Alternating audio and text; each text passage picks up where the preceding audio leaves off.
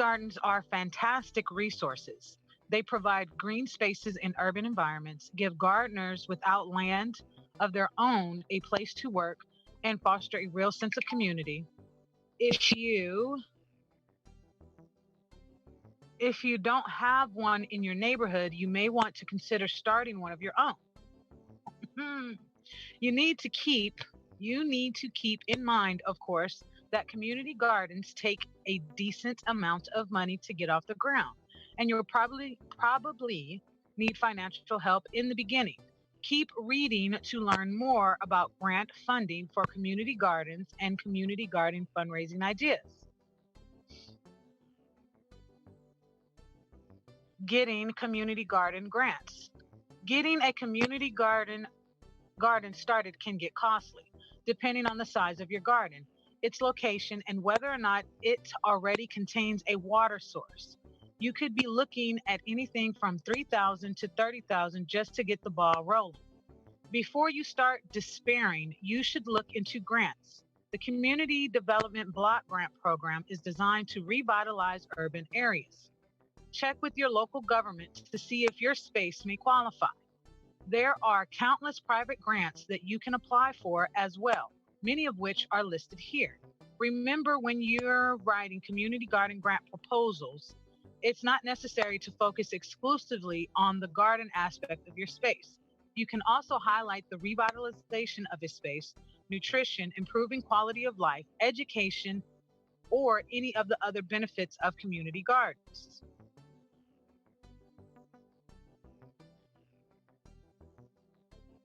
How to fund a community garden. Grants are definitely helpful, but they're not the only source of funding. Some community garden fundraising ideas focus more on getting the community involved.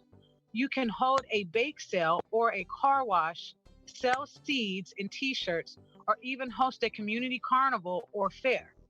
All of these have the double benefit of raising money and raising awareness and goodwill within the neighborhood. If you can raise money while promoting your garden and getting people interested, you'll definitely you're definitely getting off on the right foot. Click on next. Mm-hmm.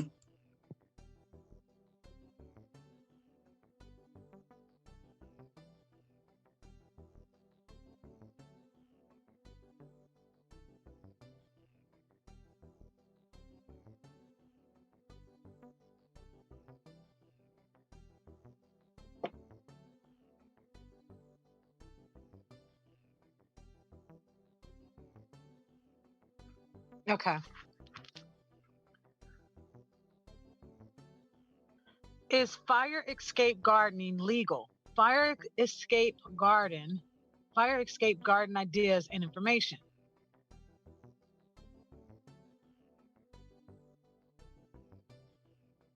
You know what? Thank you, Bonds. You be listening. I didn't question it before, but okay, okay, Mm-hmm. okay, okay. The show topics when you get that question. I'm just saying, like for real. So, you got a question? Okay, let's go research this. Okay, here's the show No, topic. because remember I was telling you how Bones helped me to expand on my idea with the community garden. With transition and make. I'm reading. I'm reading. They would have got away with it too. Living in a city can put a real damper on gardening dreams. No matter how skilled a gardener you are, you can't make land appear where there isn't any. If you get creative though, you can get pretty darn close. There's one excellent growing location that's usually native only to cities. Fire escapes. Keep reading to learn some fire escape garden tips and fire escape garden ideas. Gardening on a fire escape.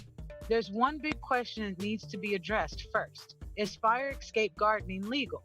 That really depends upon your city. Though the answer may very well be no. May very well be no. What? Okay.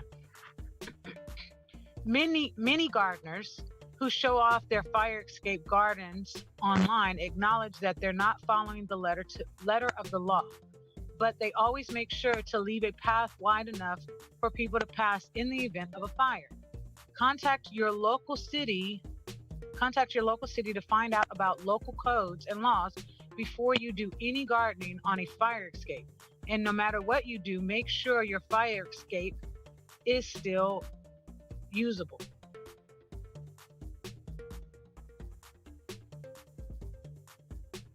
Best plants to grow on a fire escape.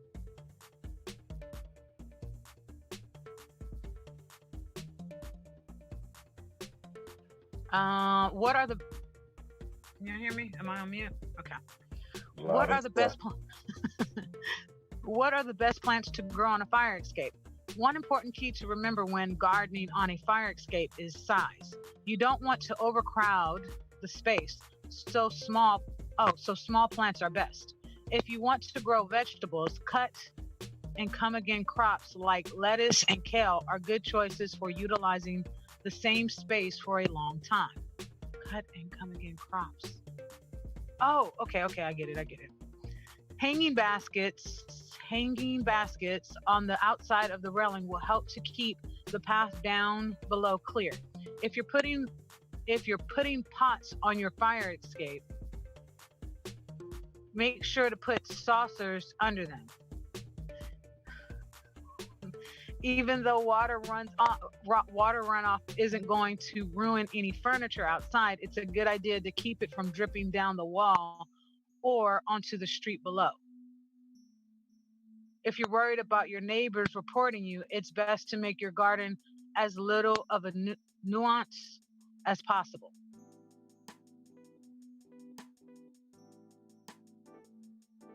I'm sorry if I'm reading funny. They've got all the kind of pictures and videos popping up, and I'm trying to focus. Yeah, I got it on screen. I'm trying to focus. Oh, that is pretty cool.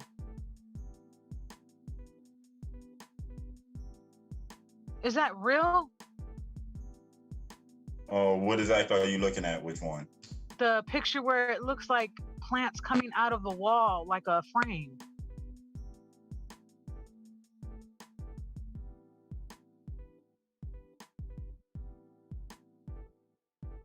Okay, I clicked next, my bad.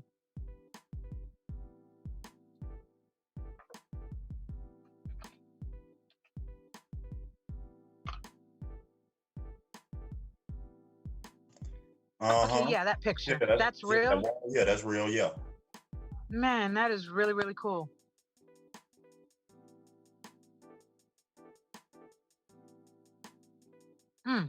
That's why I'm going to keep mentioning it, and you'll notice in a lot of these programs, you'll also hear it and see it as well. It's about how creative you can get with what you have already. Yeah, that is pretty cool. Oh, yeah, because that's outside. That's a deck. It's a form of vertical gardening, taking advantage of the space that you do have. So this is ideas and concepts for our brothers and sisters who might not have the yard space, but had a passion and want to grow their own foods and herbs. Right.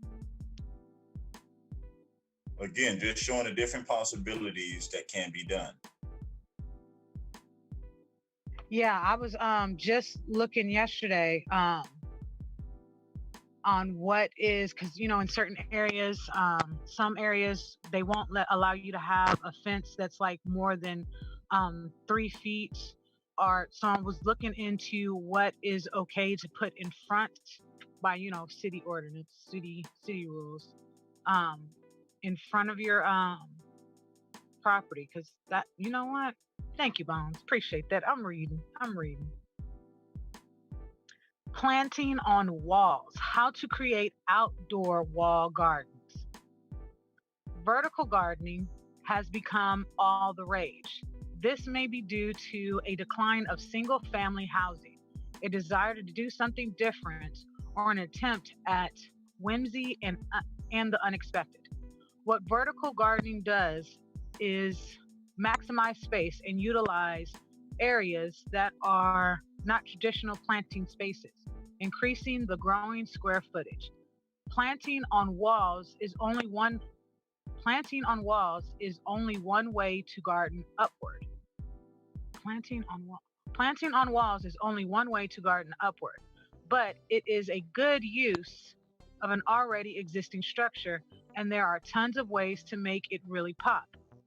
We have some great ideas on how to create outdoor wall gardens and give the eyes plenty of beautiful dimensions upon which to rest.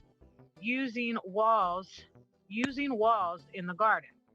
Garden walls may be adapted to be more than just a barrier, but also accent the garden and soften or enhance these privacy structures. Garden wall plants create a conduit between the man-made structure and the garden that they protect. They may also form a symbiotic relationship with the wall as it supports them and provides them with a foothold. Planting on walls is also the equivalent of a gardener's tag. Yeah, tag, just like in the graffiti days, how you would tag Oh, on the okay, I was wall. about to say, are they talking about tagging? Like, okay. Okay, my bad. It gives you an opportunity to express your uniqueness and the way you view life. The first thing to consider is the type of wall or structure you have in the landscape. Is it sturdy? Does it have anything from which to hang plants? Can you drill into can you drill into it or attach support assists, containers, hooks, and other items in any other way? You can overlook this if you have a temporary or movable support against the wall. Often, the simplest idea to utilize a wall is to plant at its base. Garden wall plants that climb can clamber effortlessly over the wall, dazzling the eye and adding a counterpoint to brick and mortar. You may have to use some string or other support at the onset to help the plant up. While considering plant strategies and effects, your zone, your zone, site conditions, and the amount of maintenance you wish to do all. Ugh, what is going on with me? Okay. The amount of maintenance you wish to do are all additional things to deliberate. Next, decide if you want evergreen or decidus. I don't know. I haven't ever seen that word.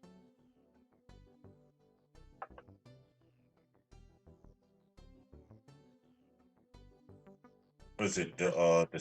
This I forgot how it's pronounced. Deciduous. Oh, Deciduous. deciduous. Deciduous, yeah. It's the two different Okay. types of plants you got. The evergreens and deciduous, if I remember correctly. Deciduous loses their leaves in the fall, turn brown. Evergreens are green year round. Oh, see, they got all technical. Mhm. But that's gonna stick with me because now I know.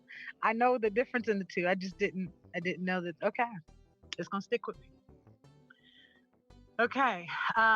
Next, decide if you want evergreen or deciduous, climbing or hanging, flowering or foliage, and add these decisions into your theme.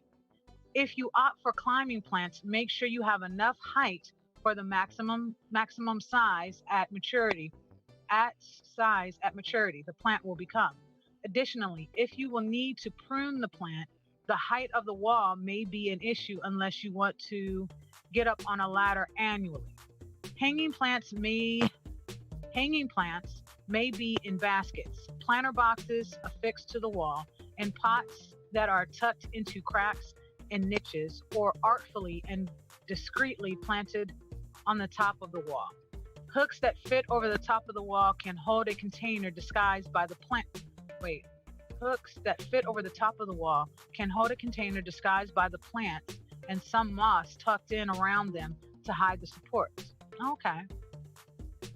When growing plants on walls, avoid climbing plants that affix themselves to the walls with sticky pads.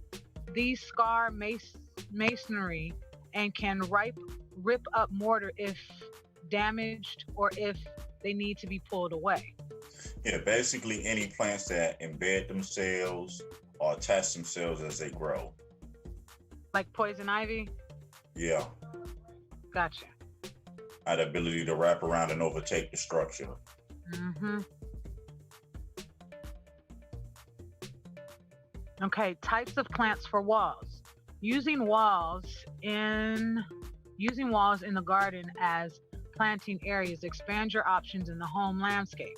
This type of gardening should be easy to maintain, have low maintenance, and still provide a screen or add lushness to a man-made structure. Some useful vine-type plants might be clematis, Dutchman's pipe, honeysuckle, wisteria, climbing rose, grape, climbing jasmine, acacia, Virginia creeper. And each plant has its own link as well. So if you want more information on it, you can hit the hot link and it takes you further in. Yes, there are hot links. For plants to place into the chinks and holes in older walls, try creeping jenny, campanula, fairy foxglove, rock crest, ajuga, Japanese painted fern, self-heal, sedum, sea thrift, yellow corydellus.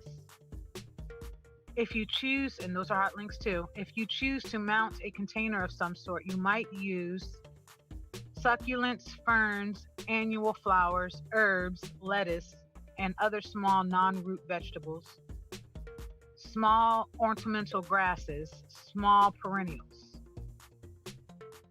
The sky is the limit, or rather the wall is, so try some unique combinations and cover that wall with simple blue elegant beauty. Oh, simple but elegant beauty. Can you give me 2 minutes, please? No problem. I do apologize. I'm clicking next. Just 2 minutes, please. 2 minutes, Turkish. All right. The next part of this is creating urban jungle apartment ideas.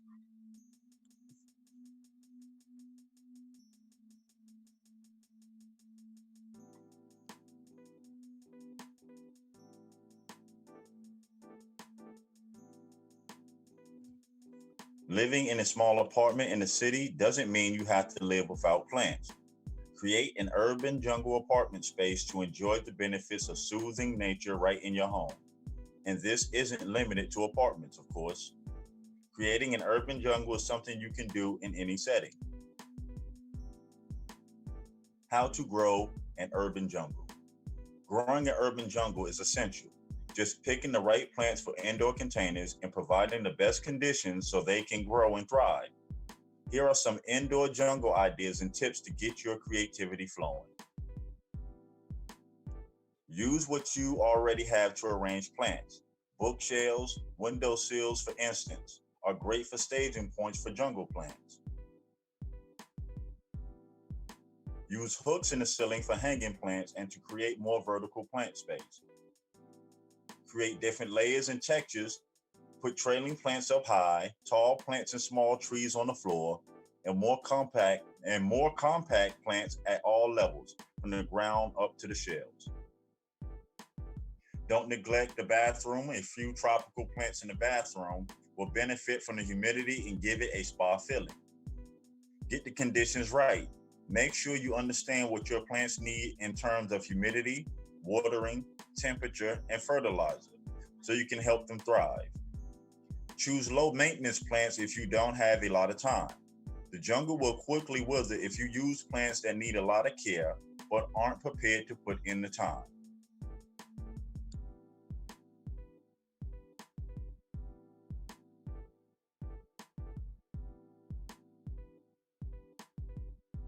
Ideas for urban jungle plants.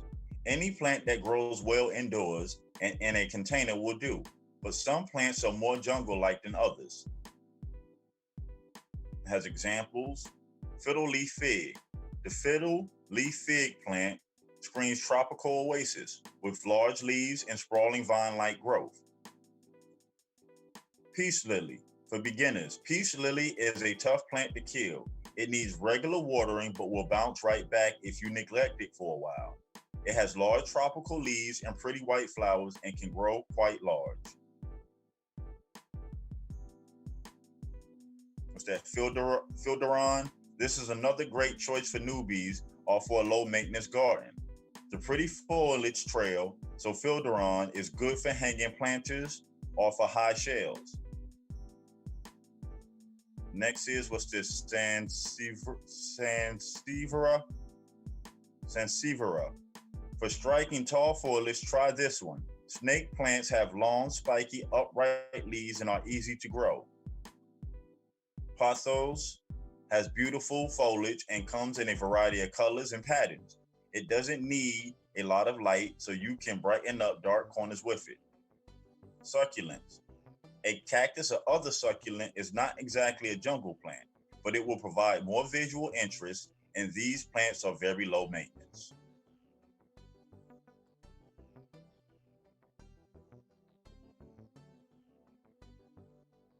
Give me a second.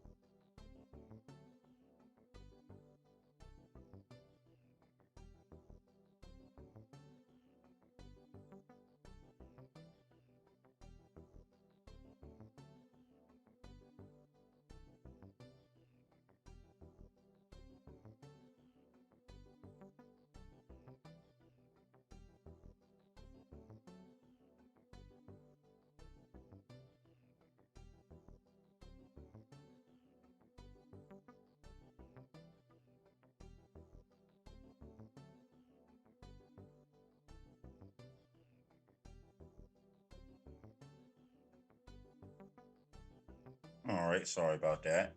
Next up is planting a friendly neighborhood perennial garden. Does your neighborhood look a bit humdrum? Does it lack color and vibrancy? Or perhaps there are areas that need updating?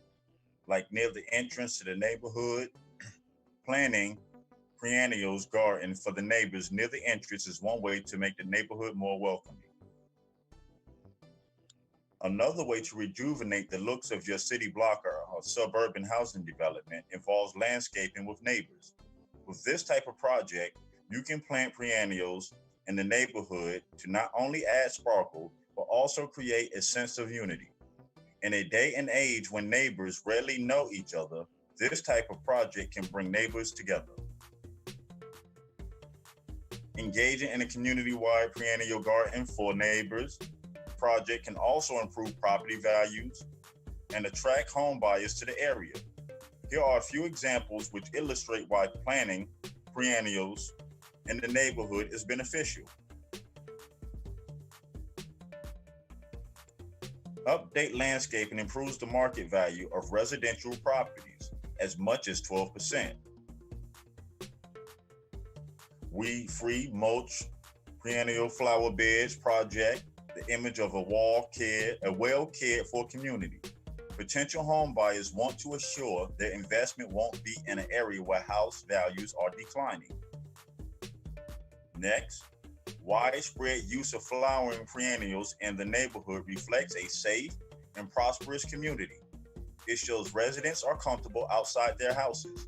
Plus, it indicates that they have an income level which provides the spare time to work in the garden or the means to hire help. Next, blooming perennials breathe life into the neighborhood. They not only brighten up the area with vibrant color, they also attract beneficial pollinators and colorful birds. Perennial flowers are less expensive and time-consuming than planting annuals. They return each year and only require periodic weeding and mulching. And once established, many species are drought-resistant. Additionally, coordinating a neighborhood perennial garden can help define the borders of a subdivision. It can create a uniform appearance for condominiums, duplexes, triplexes, and townhouses. Perennial gardens are also reflect a sense of community pride, and neighborhood parks or recreational areas. Choosing plants for landscaping with neighbors. Whether you're choosing flowering plants for the neighborhood entrance or establishing perennial beds throughout the community, selecting the right plants for the available growing condition promotes successful and long-lasting results. Consider these plants for your specific needs. Sun-loving plants: aster, black-eyed Susan, coneflower, Crystanium, creeping thyme, false indigo, salvia, spiderwort, gildardia, daylilies, sedum, bee balm, blazing star, bellflower, Asiatic lily, yarrow, and lavender. Shade-loving plants: astilbe, coral bells, ferns, hosta, and turtlehead. Blooming perennial shrubs: rhododendron, lilac, butterfly bush, and hydrangea. Finally, when creating a friendly neighborhood perennial garden, try incorporating the following ideas for additional benefits. Bench: gives neighbors a place to sit and chat or observe wildlife. Bird bath: attracts a wider array of bird species. Fencing: discouraging foot traffic in unwanted areas. Rocks: lends a natural feel to flower beds and provides shelters for beneficial wildlife. Statues: reflects community or homeowner values. Water feature: provides white noise and has a calming effect.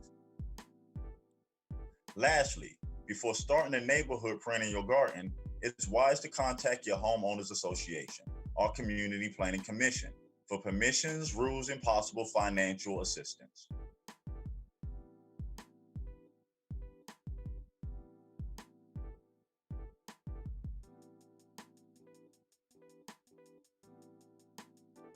Give me a second. Let me get to the beginning of the links.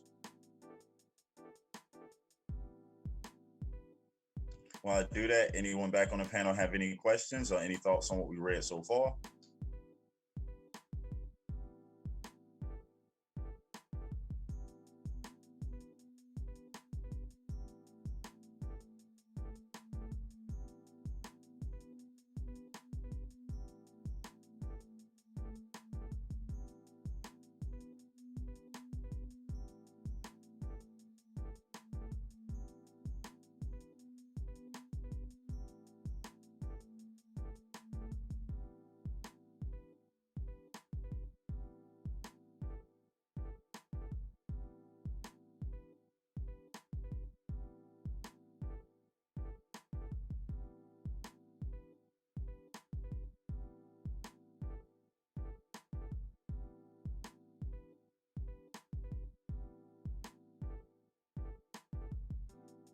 Give me a second, posting the next part of this link in there.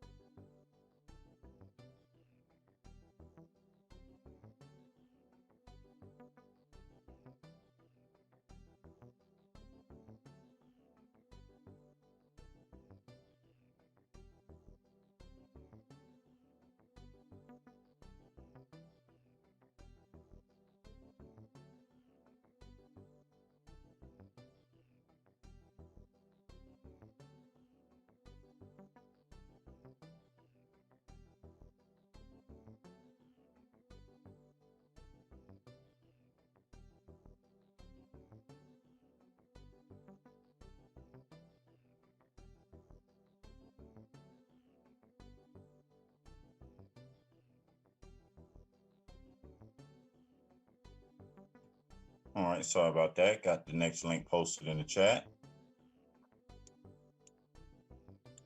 And it starts, are you passionate about gardening within your community, but not sure where to get the money to start?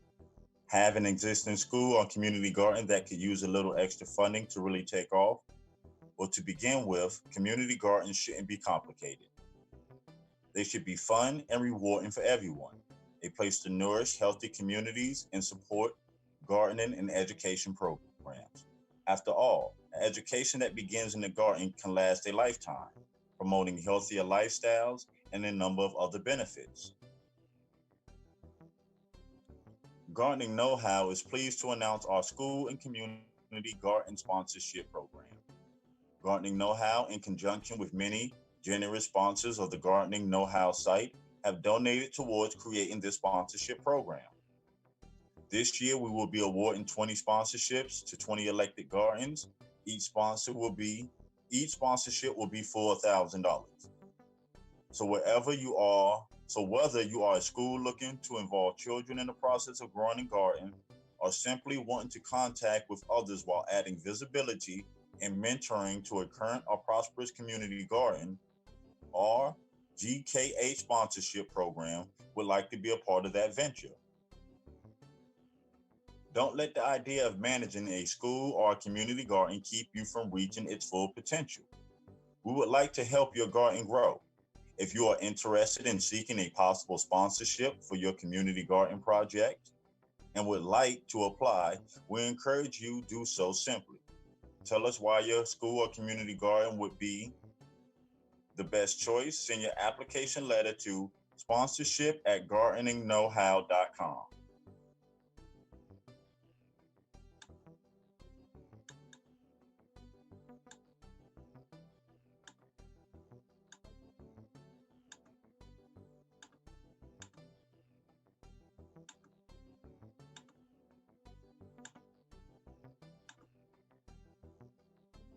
And again, send your application letter to sponsorship@gardeningknowhow.com.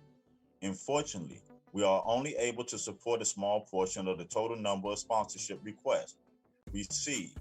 but by sending us your information, you can add your garden to our list to be considered deadline. It says for the 2019 sponsorship applications is 10/31/19, and the gardens chosen for sponsorship will be informed by 12/31/19. So it's giving you time again for when it's come around again for this year. Remember to make sure to include where your garden is located and how your school or community garden will be using the sponsorship money.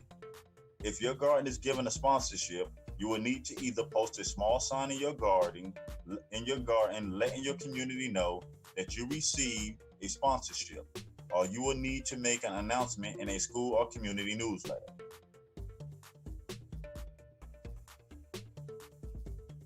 And again, this is Garden Know-How. That's the link that we're on. And for people that are interested in being sponsored for their community gardens or working with schools with gardens, again, they offer a sponsorship. And the application letter is sponsorship@gardenknowhow.com.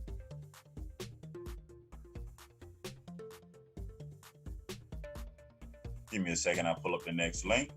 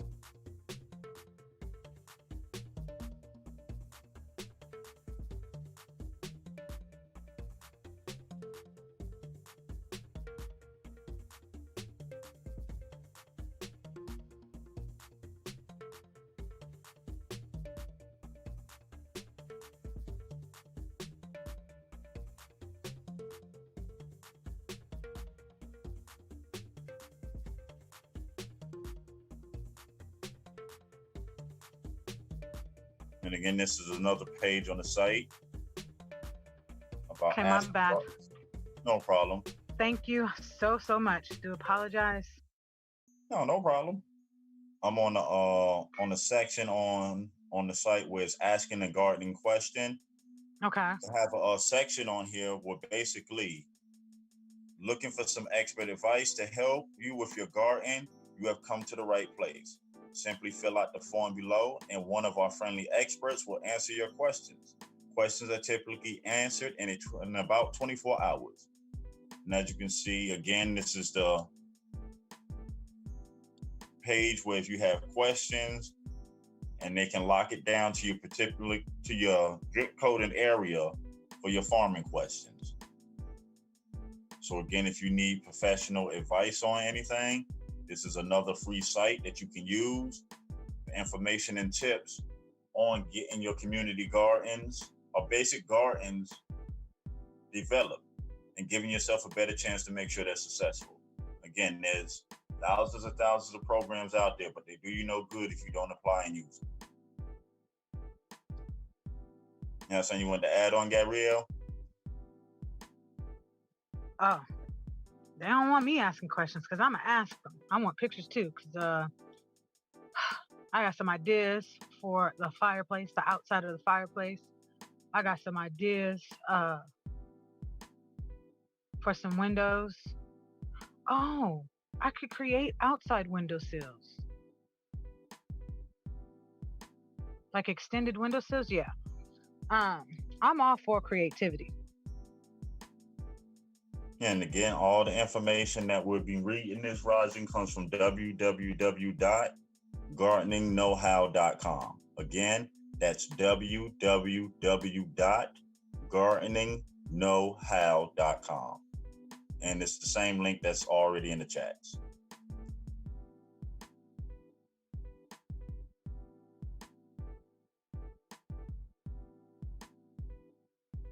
And when you go to the site and look in the section, basically, hold on, let me bring this up real quick.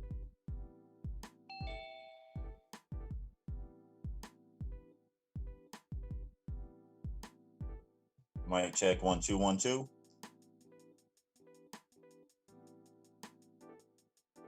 Well, as you can see on the screen, as you go to the site, they had a section of home gardens, edible gardens, gardening how-to, ornamental gardens, special gardens, house plants, specific house plants, general house plant care, problems, plant diseases, environmental problems, garden pests, weeds, lawn care, general lawn care, lawn substitutes, specific lawn grasses, composting, composting basics, compost ingredients, compost manures.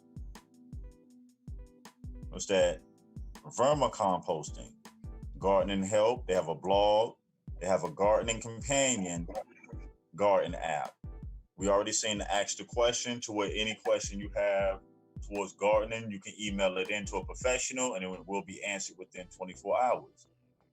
They have the school and community garden sponsorship program, on which we read, to where you can, if you're interested in it, they're sponsoring up to $1,000 towards your community garden or school garden. And again, that's just sending an email into gardening know-how, and it's all on the site and it's all in the link. You have find a local extension office. So if you was to press on that, basically, it's one of them, our favorite little thing, them area locator maps that we like using from the USDA and all the other sites and programs we had so far. I like maps. Basically, it's the same thing. As you go to the page, you say it's at the top, it's enter your website. Enter your zip code. Then within 10 miles, 20 miles, 50 miles, or 100 miles of your zip code, they basically would show you the extensions in your area. Right. Let's do this in real time real quick.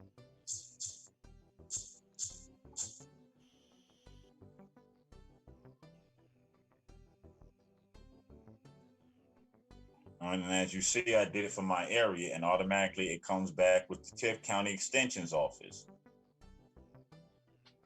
So if you don't know where your extensions office, your farmer's extensions office, this is another tool on this site that you can use by using your zip code and how far you want it to check, and it comes back with all the extensions that's in the area, determining on how far you want the search to go. We got the main extensions office for the Southwest District of Georgia. And those the two within 10 miles of my zip code, the main extension office for the Southwest District of Georgia and the Tift County Extensions Office. And for each person's area, it would be the same.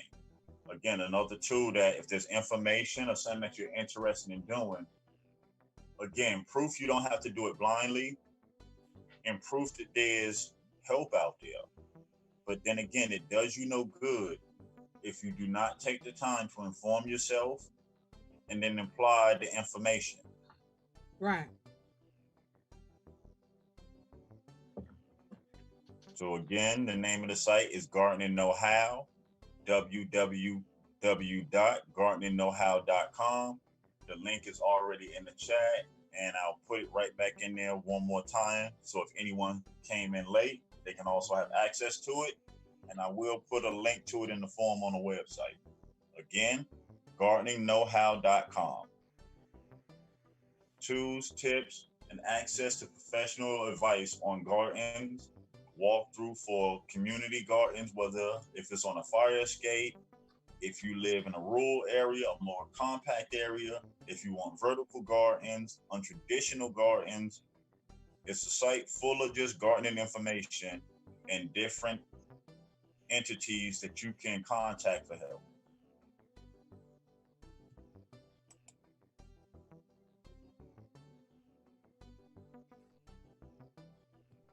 What's your thoughts on this rising, Miss Gabrielle? Man, I already bookmarked it. It's about to be one of my favorites.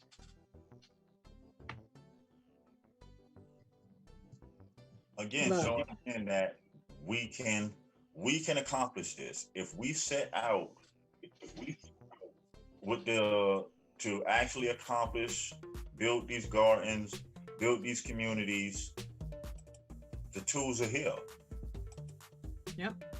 And the thing that I love about it the most is for every one of these programs that we come across that was developed by a nonprofit organization, I smile because it lets me know that, okay, if there's problems with these organizations that already exist, you have the ability to design your own, to do the same thing for your community.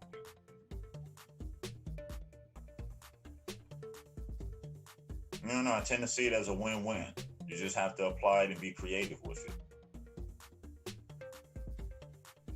I'm all for creativity. I mean, this just expands on more ideas, more, man.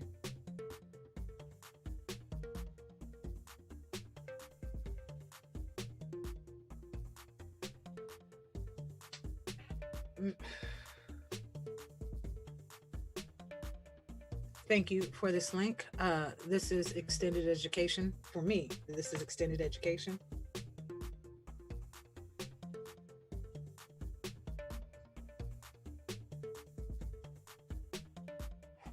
Again, like we say here at the Tontonist Assembly, we are not here to be right, we're here to get right. And we're gonna do the best in our ability to inform our communities with the most correct information possible.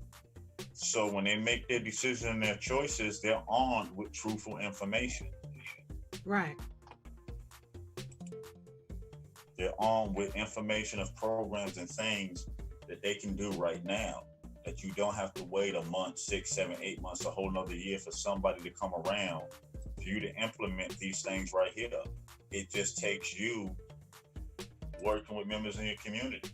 I mean, perfect example. Right. The Garmin America. I'm still stuck on that program. Man, look.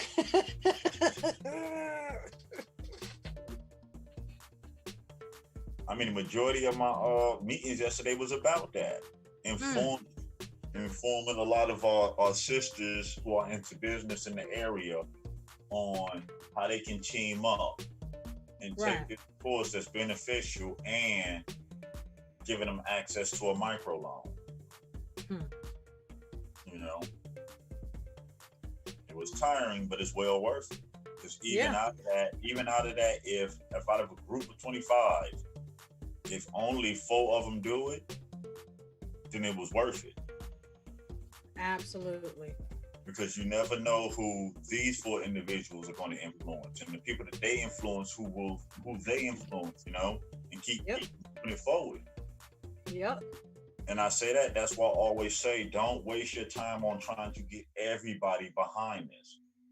Move with the people who are like-minded, who are ready to move. Because everybody's life get things in different time. It doesn't mean the people that aren't ready now won't be ready a couple of months from now, a year from now, a week from now. You get what I'm saying? Because everybody breaks down information differently. Everybody receives and learns things differently. So again, the best that you can do is inform people. Do not impose it. Don't beat it on them. Don't enforce it on them. You just inform them. And the examples is how you live your life. The examples is what are you doing with the information? Because I find it easier to have a conversation with people when they can actually see the information that you're talking about, how you used it, how it's benefiting you, how it's improving the lives of the people who have used the information. Especially when you constantly hear people say that our people are visual people. So if our people are visual people, the best thing that you can show them is how it works by you being the actual representation of it. You know, again, it's just how I look at it. My personal view on how I look at it. No, I'm right there with you. I agree. I absolutely do agree. Because every time we look at programs, well, you're no sellout. No, I get creative real quick. Like I can't forget not one program. I don't care if we read it 6 months ago. It's at the front of my brain. And time I hear another one, I just start putting them together. Like, hold on. If we took garment and we applied that to a community garden, and we had 4 sisters that had community gardens in multiple areas, but they took this class. You get what I'm saying? It's already formulated in my head. Yep. And the fact that they continue, you know what? I really enjoy the programs where they talk about, yeah, we help you get set up, but we stay with you. Yeah, because that's letting you know it's really up to you. Mm-hmm. What are your desires? What are your intentions with it? Because if you want their help and the support, they're letting you know before you even start that it's there. So what are you going to do with these tools?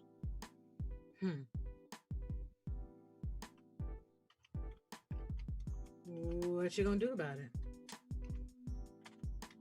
You know, and again, I tend to take the stance as, why keep complaining about the conditions of our neighborhood when at the same time there's things that we can do right now?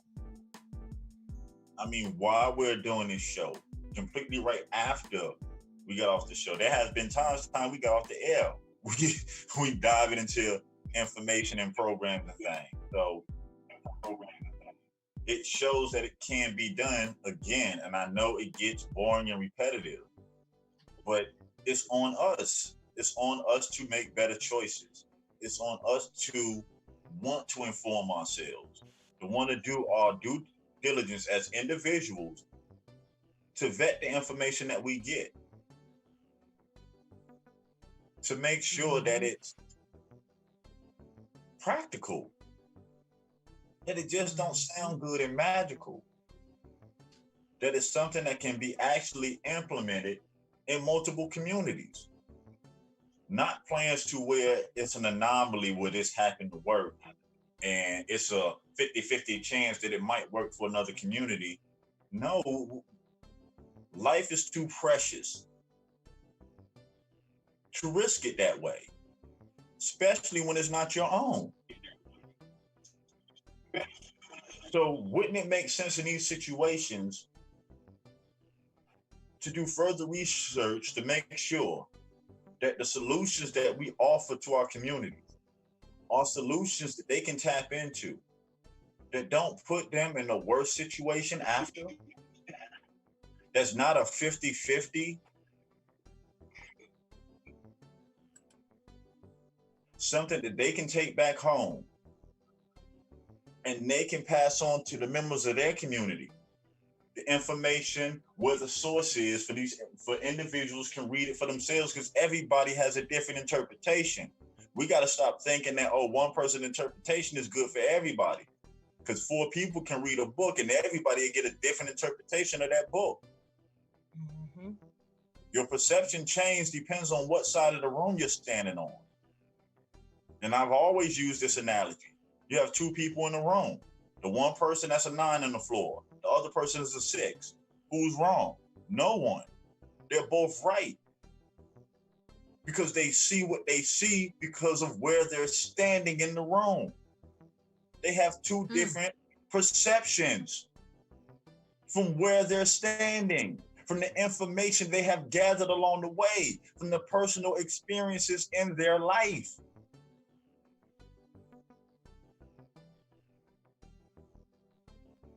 We have the ability to share particular morals that allow us to see eye to eye on particular subjects, but make no mistake about it.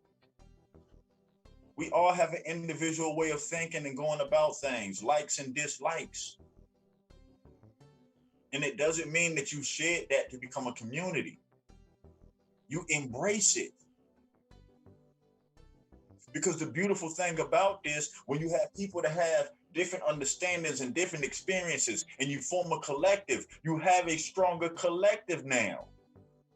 Because now you can get input from multiple different walks of life. So when it comes time to make a decision, you are now making the best informed decisions.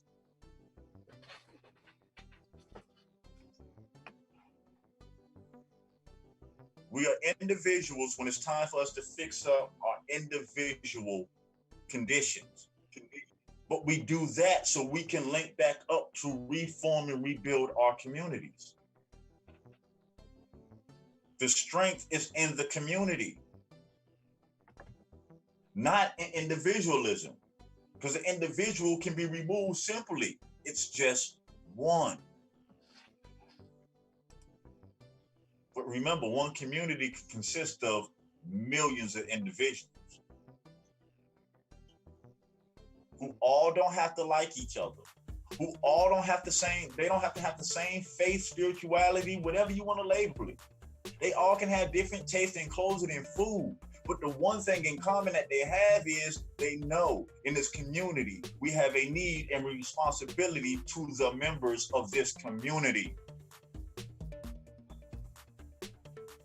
So whether you want to say Allah, Jesus, Buddha, whatever, but when it comes down to the community, we all have a common goal because we all make up a community.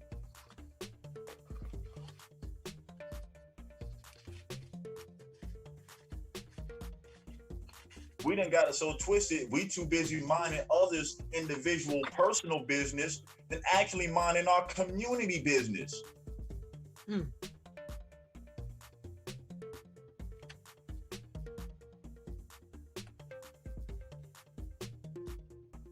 We need a reset. It's time for us to put down these dangerous ideologies and go back to what history shows us works. When we embrace our responsibility to our communities, when we embrace some responsibilities to our children, to our elders, to our brothers and sisters, to our less fortunate, to any member of our community, whether they look like you or not, if they're down and in the time of need, the community supports. Bones. Mm-hmm. I'm back, yo. You saying you're trying to help everybody? If people want to word it that way, that's up to them. My approach is, my job is to put the information out there. And I have no right to sit back and say, because you look like this, you don't deserve to hear this information. I don't own it. It's meant for the communities. And people talk about this racial construct that was created, these social categories. Well, if you know it's created, then why are you around here preaching hate on a created category? Mm-hmm. That's a little contradictory. It's made, and if you know that people were taught this from children, why are you preaching hate? When the ideal thing would be is to show the history exactly on where this was created, not just to one group of people, but to everybody. Because at the end of the day, this affected everyone. And by showing the effect it had on everyone, you get common support on why this has to be fixed. And it does not mean because you're trying to make sure everyone knows the story. It does not mean that you're putting other people above your people. No, it does not. But what's the sense in only your people knowing the story? What changes? Nothing. But now if the world knows the story, there's a better chance of making world change. And not saying that that's what we're here to do. It's just showing that this ideology that was given to us, that we blindly adopted, we have to think twice about it. People are so quick to talk about what words you use and how you identify yourself and this and that, and turn around and do the same thing that they blame others are doing.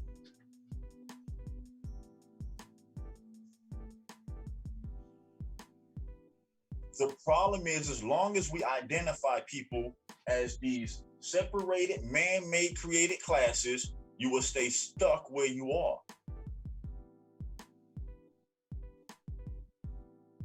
Because again, if you haven't did genealogy and you don't know that next man's or woman's genealogy, you don't know who they are. So when you pass your judgment on them, you're using the same eye test that you don't want used against you and yours.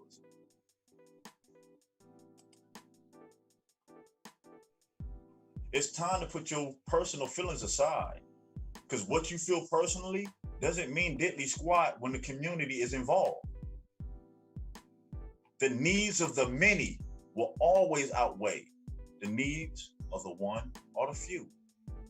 Again, the needs of the many will always outweigh the needs of the one or the few. So by knowing this, wouldn't it make sense if the needs of the many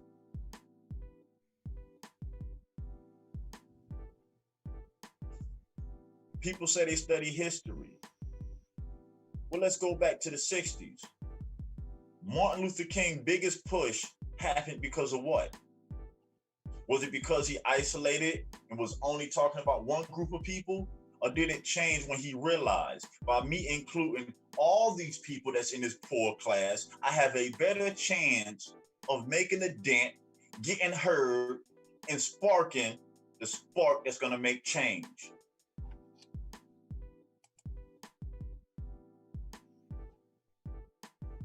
Let's stop doing somebody else's dirty work for them when we sit back and we push off this hate.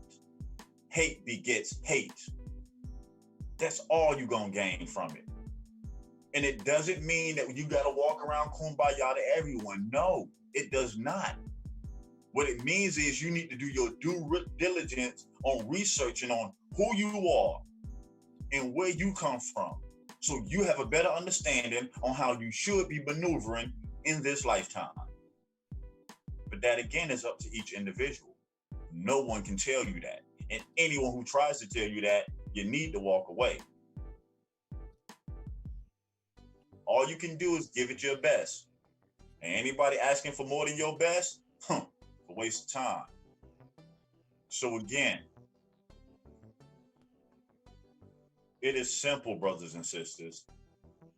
It's time for us to pick up that mantle that our ancestors dropped off, that we walked away from, that we picked up the partying and the clubbing and the dancing and this European life for. Yes, we, the children of the 70s, 80s, and 90s, we. It's time for us to own up to what we did. Take our responsibility, however it may sting, because it's not fair for us to allow our children to pay for what we did.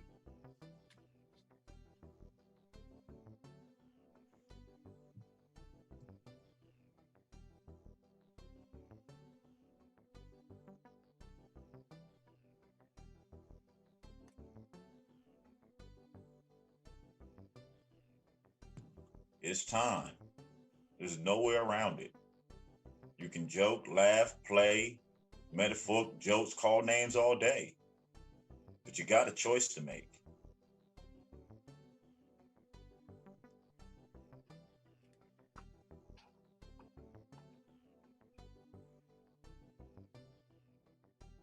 I don't know about y'all, but I think that's all I got to say about that. Nah, it's true. We look, we got opportunities, we got chance after chance after chance after chance. We got programs after programs after programs, resources, funding, grants. We have opportunity left and right, up and down. Forwards, backwards, it's all around us.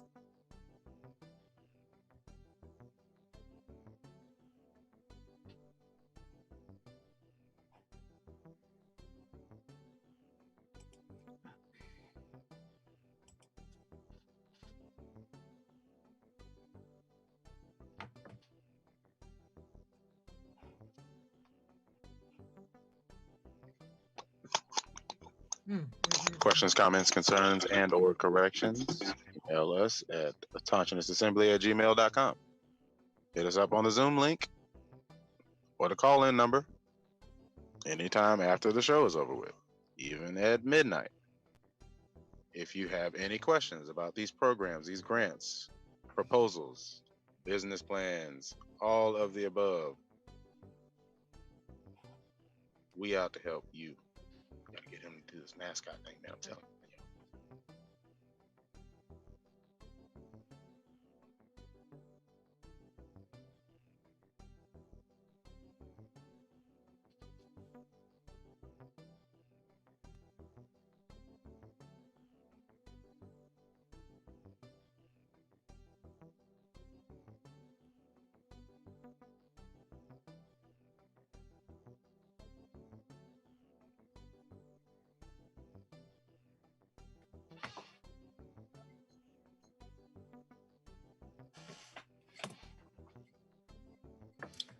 The number works.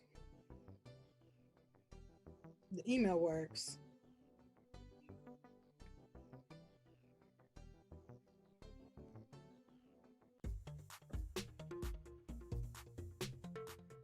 Sorry about that, y'all. Had a call come in real quick. Questions and more questions. Started telling them, listen, call the show and ask a question.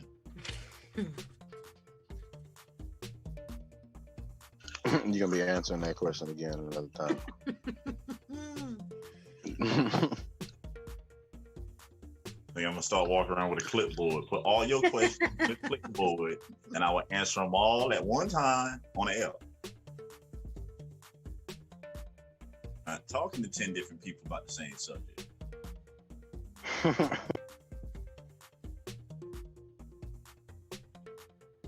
I mean, again, another hot link. More creativity. I'm all for that.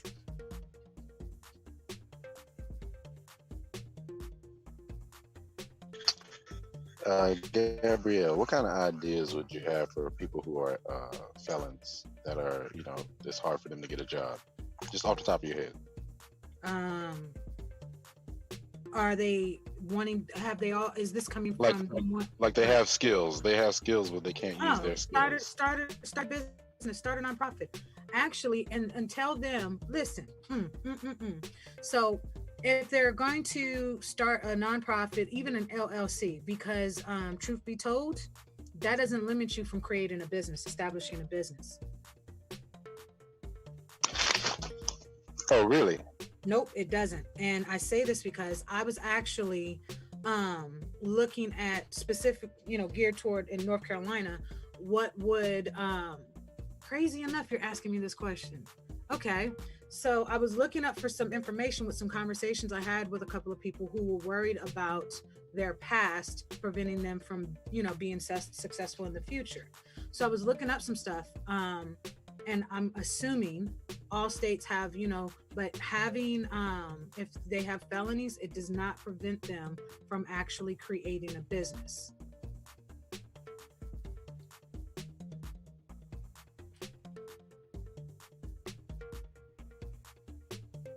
Correct. In some cases, also look at your state's policies on dealing with felons. Because in some, right. I can't speak for all states. I know Florida, and there's a couple of them. I can't remember, does it work for all of them? Well, I was looking just at North Carolina. Sorry, go ahead. It changes with the governor. Mm-hmm. Like if you had a conviction of a felony during one governor, if that governor leaves out and a new one comes in, then their rights and stuff are reinstated. But I don't know if it's the same for every state, though. That's why I would suggest look it up to make sure. Mm-hmm. Yeah, because I was pulling up North Carolina's so I could make sure I could expand on the correct information and the requirements.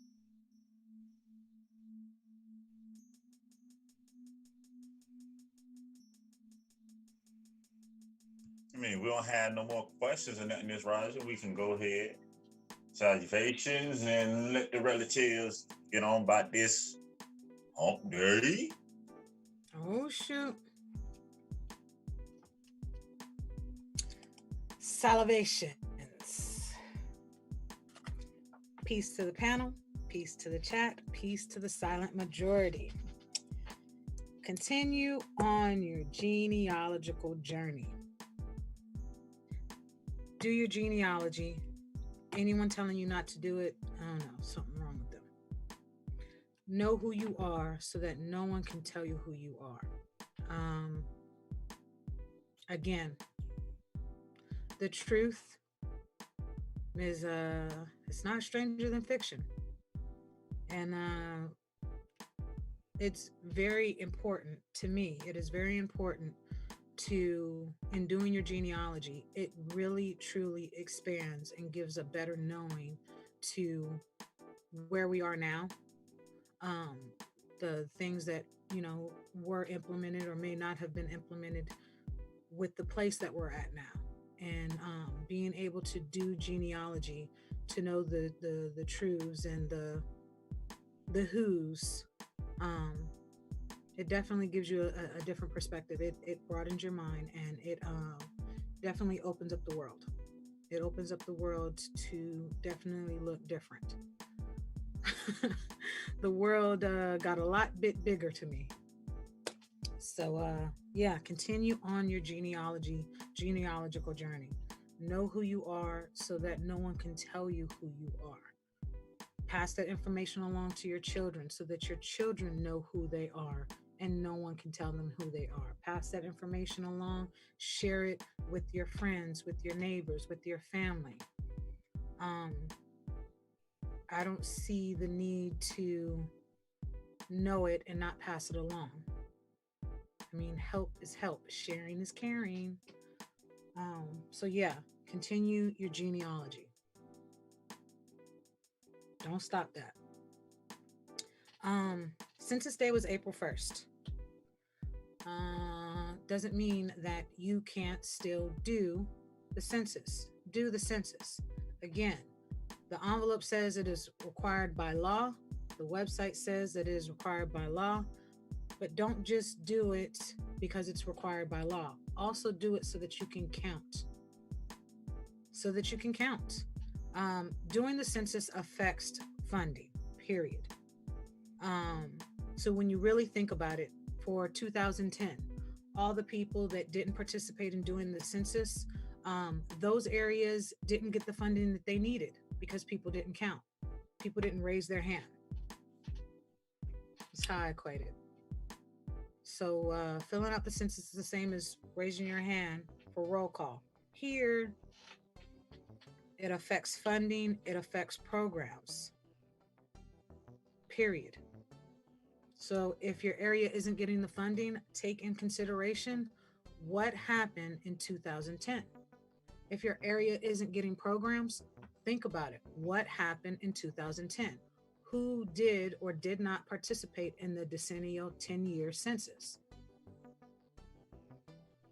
And then it's 2020. So the stats and the numbers and the percentages, all that stuff. Again, the ACS census also happens. It's still happening. ACS census is still happening. So in 2021, when we see the results of all the statistics that was collected from the people who actually did participate, if we're confused about those numbers, we shouldn't be, because those numbers will be a direct representation of people who participated. Period. Just saying. ACS census still happens.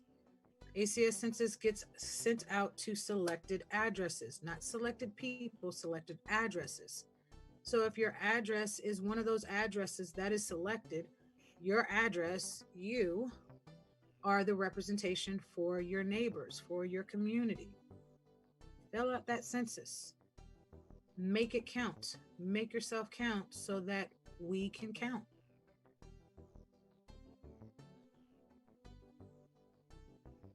Just as simple as that to me. I answer a couple of questions, multiple choice, maybe fill in just time. It's just time. Time to receive funding. What was it that Dude Vision said 12 was it $12,000 per household?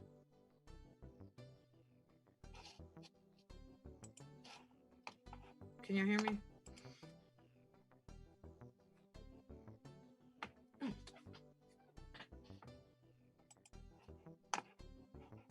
I was on mute. Andre, 12,000. Okay. Yeah. $12,000 per household.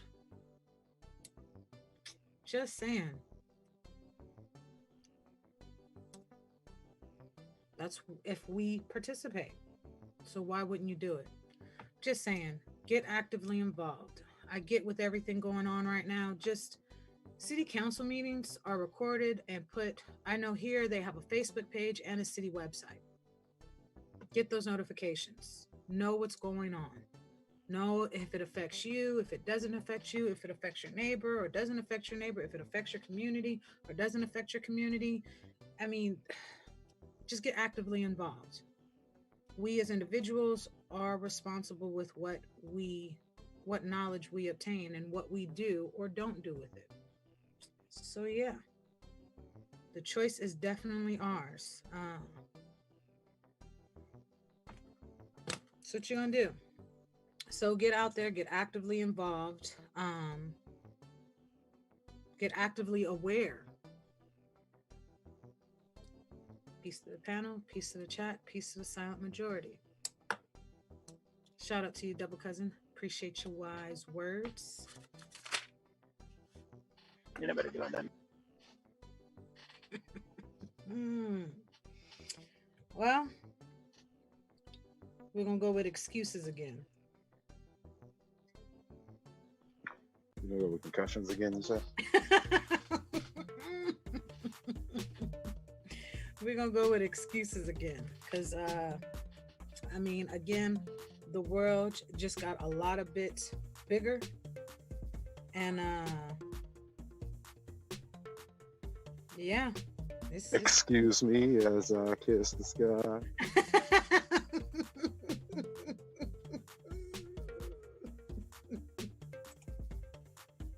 Well, I know that's definitely not a plane. Excuses. Yes, excuses. We're dealing with excuses today. Excuses, and where they go. Okay. So, again, shout out to you, double cousin. Appreciate you. Wise words. Excuses. Make a list beforehand in case you lose.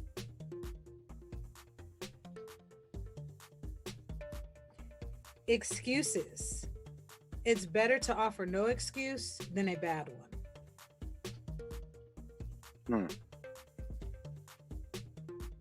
Oh, just getting warmed up. Hold on. You can't be late for working hard at success if you never show up. Excuses.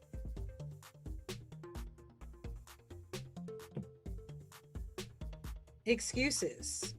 I was dreaming. I was working already. I'm dreaming. Excuses. Replace excuses with effort. Replace laziness with determination, and everything else will fall into place.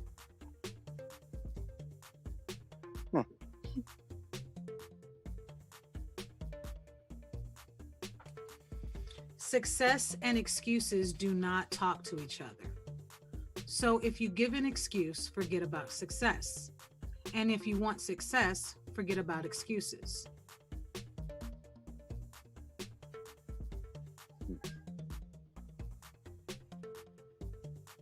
Excuses. Bad company ruins good morals. Say it one more time. Excuses. Bad company ruins good morals. That's why I'm known to giving a wee. Hit him with that homer says, I'm gonna make it. No, you're not.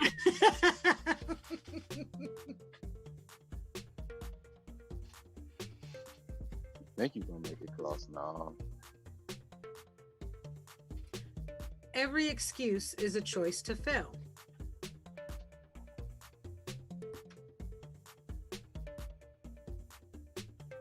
It's a whole lot.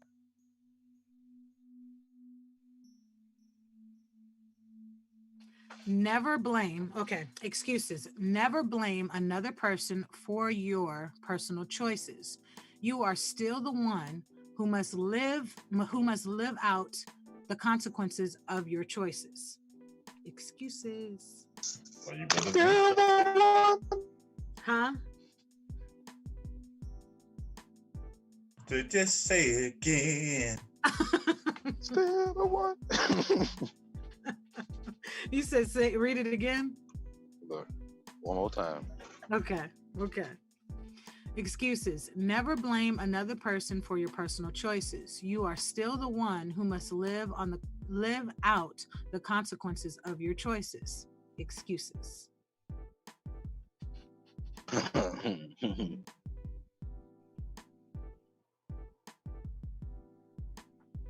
There are reasons and then there are excuses. Seek out success, but prepare for vegetables.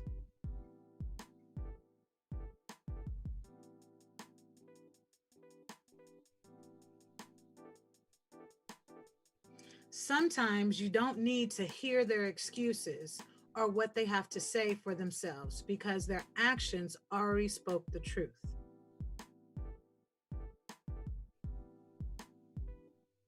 I see you.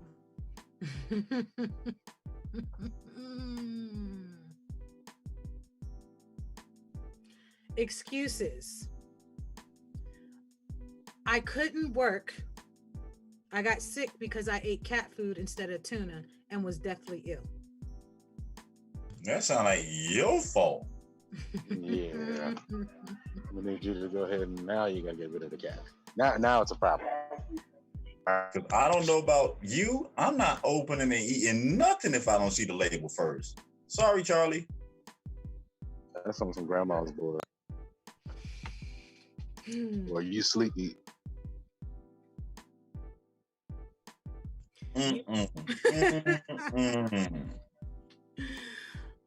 Excuses. You can have results. You can have excuses. You, however, cannot have both. What's it going to be? You can have results and you can have excuses. What's this gonna be?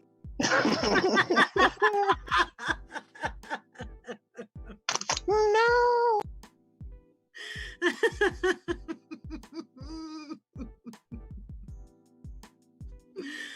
Excuses don't burn calories. What? But I bet running from them do. Oh, wait a minute. Oops. But really though, I think it do. I need y'all to remind me post-show. I got a joke. It has to do with the song the Bones just sung. And the rest of them lyrics. Okay. Is it Friday? Someplace. In my head. Excuses. Not sure if you're telling the truth or making an excuse.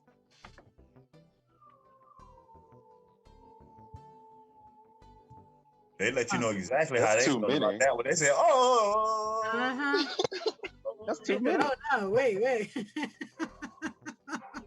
they got rowdy for that one." And last but not least,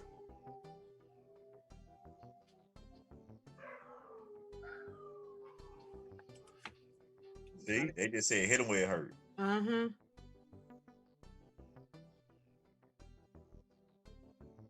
Excuses are nothing more than neatly packaged reports on the messy, unknowable truth.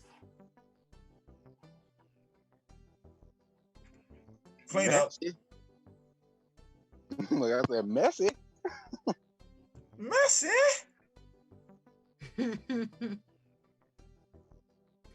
Save the excuses. It's not about having time, it's about making time.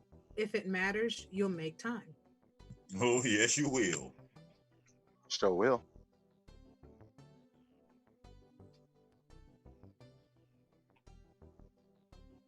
The trouble with the time been in the choke lock a couple of times. Time had the chokehold. I had time in the chokehold. About 50-50 right now. Show me some love. Show me some love.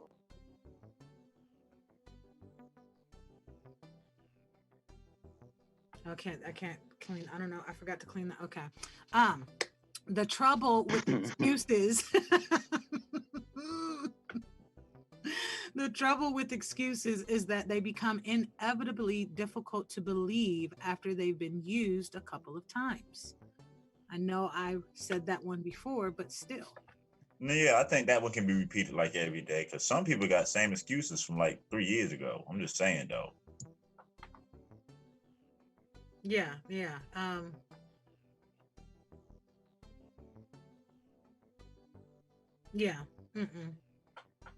I mean,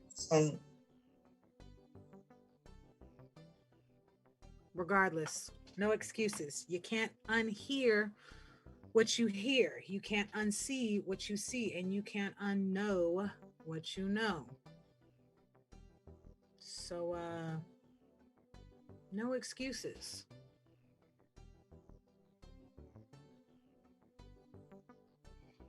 Period. Peace to the panel, peace to the chats, peace to the silent majority. And you know this, man.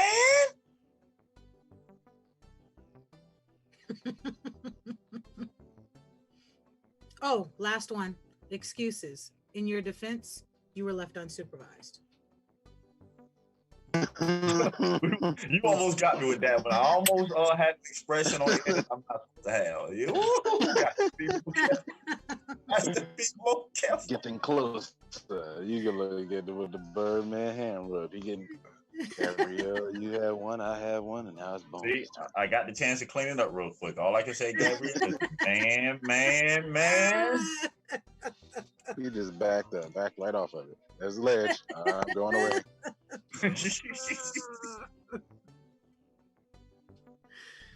She was 20 seconds away from having me fully committed. I was committed in my head. In my head, no sellout. I was off the edge already. Remember the damn light, I wasn't even looking back over. I said, forget the parachute. I'm gone. Yeah. Oh man, I got another joke for y'all. Hold up, this is off air as well. All right, what you got for us, sellout, before we be here to actual Friday? You ain't lying. Peace to the chat, peace to the chats, plural. Appreciate y'all for showing up today. Peace to the panel and the information that y'all be spitting out there. Hope y'all got your notepads, so just run it back at least. Email sanctioningassembly@gmail.com. If you have questions, concerns, and corrections, we here for that.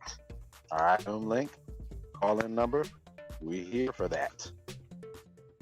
Yeah, excuse, man, Gabrielle, man. Okay, yeah, peace, y'all. All righty. Oh, and a quick announcement: this Saturday's meeting. A2 meeting will be pertaining genealogy and how it applies to the census and on particular information, things that we can't discuss openly on air. So this Saturday's Autonomous Assembly community meeting will be dealing with the census, a lot of the effects that it has, how you can use certain things for your benefit, and American Indian genealogy and how it applies to the census. So again, that's this Saturday's A2 meeting, and the links will be sent out again.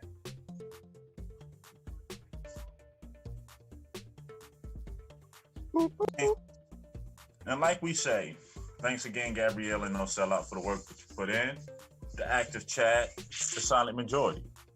And again, another rising show to where we're showing that help is available, that no one in life gets anywhere by themselves.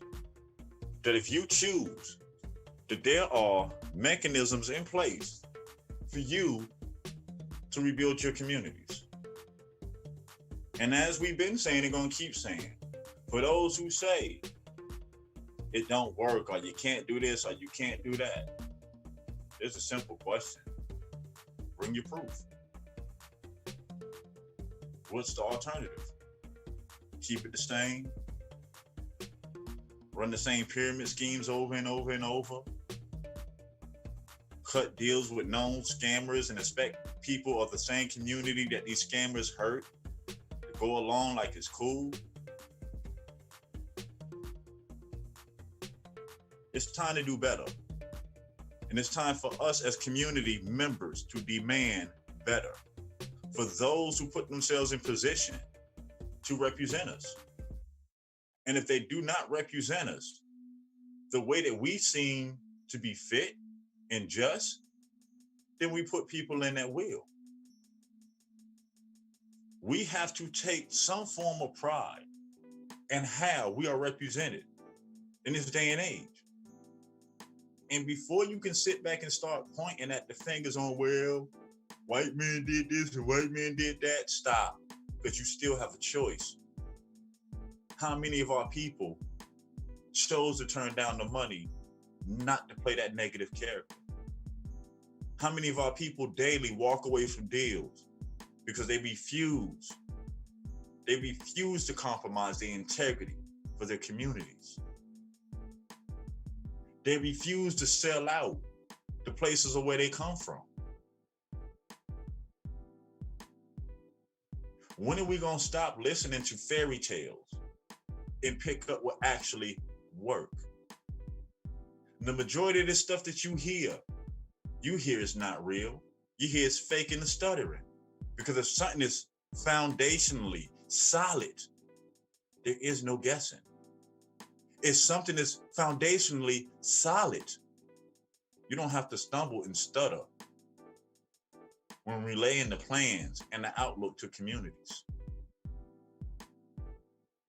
For too long, the ones who look like us have been the main ones standing in the way, telling us not to participate. And what did it get you, brothers and sisters? It's time for us to start questioning those who will tell us information, but can't give us an actual source. It's time for us to start questioning people who quit to condemn something, but have no knowledge of what it is they're condemning. Again, we live in a time to where we can do something about the conditions that our children suffer from, our elders suffer from, and that we suffer from. We have the opportunity to once again produce for our communities, not because we're better than anybody, because it's our responsibility. We have the opportunity again to be the teachers our children need, the role models our communities need, the businessmen and women that we all so much need. We are the leaders of our community, each and every last one of us. Because when we step out in society, how we move, how we speak, where we go is a reflection of our American Indian culture. So on that, my good brothers and sisters, continue your hard work, and I promise you it does not go in vain. Continue learning of what programs that you yourself can get access. And if you can't get access as an individual, no, autonomous assembly is built for you to gain that same access. Continue to work on your genealogy so you may know who you are. And no one again can tell you who you are not. So that you can find your family story. And if you choose to tie into a tribe, embrace your tribal culture, move forward, and whatever it is, it's nobody's business because that's your individual choice. Let's not let entertainment continue to be the device that distracts us, pulls us apart, and continually blind us. Let's remember, all of us mislabeled, forgotten urban Indians have a responsibility. And if we want our voice to forever ring in the history of time, then it's about time for us to stand up and start speaking. So on that note, my brothers and sisters, until we link up for the next Rising Show, remember we love you and peace. I got 3. Hit them where it hurt. Ugh. I got 3. I'm preparing y'all now. Spoiler alert, don't laugh too hard. That's all I'm gonna say. It's never a question of can you, but will you? Let passion lead you and make shoe contact before you make eye contact. Ooh. Hold on. One more time. It's never a question of can you, but will you? Let passion lead you and make shoe contact before you make eye contact. Bro, how you say you walk in the community for the week and them shoes still? Never mind.